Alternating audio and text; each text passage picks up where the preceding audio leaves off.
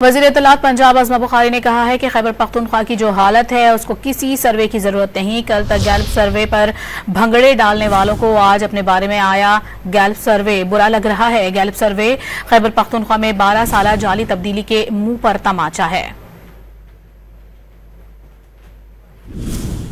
वज़ीर इत्तलात पंजाब आज़मा बुखारी ने कहा है कि खैबर पख्तूनख्वा की जो हालत है उसको किसी सर्वे की जरूरत नहीं। कल तक गैल्प सर्वे पर भंगड़े डालने वालों को आज अपने बारे में आया गैल्प सर्वे बुरा लग रहा है। गैल्प सर्वे खैबर पख्तूनख्वा में 12 साला जाली तब्दीली के मुंह पर तमाचा है। वज़ीर इत्तलात पंजाब आज़मा बुखारी ने कहा है कि खैबर पख्तूनख्वा की जो हालत है उसको किसी सर्वे की जरूरत नहीं। कल तक गैल्प सर्वे पर भंगड़े डालने वालों को आज अपने बारे में आया गैल्प सर्वे बुरा लग रहा है। गैल्प सर्वे खैबर पख्तूनख्वा में 12 साला जाली तब्दीली के मुंह पर तमाचा है।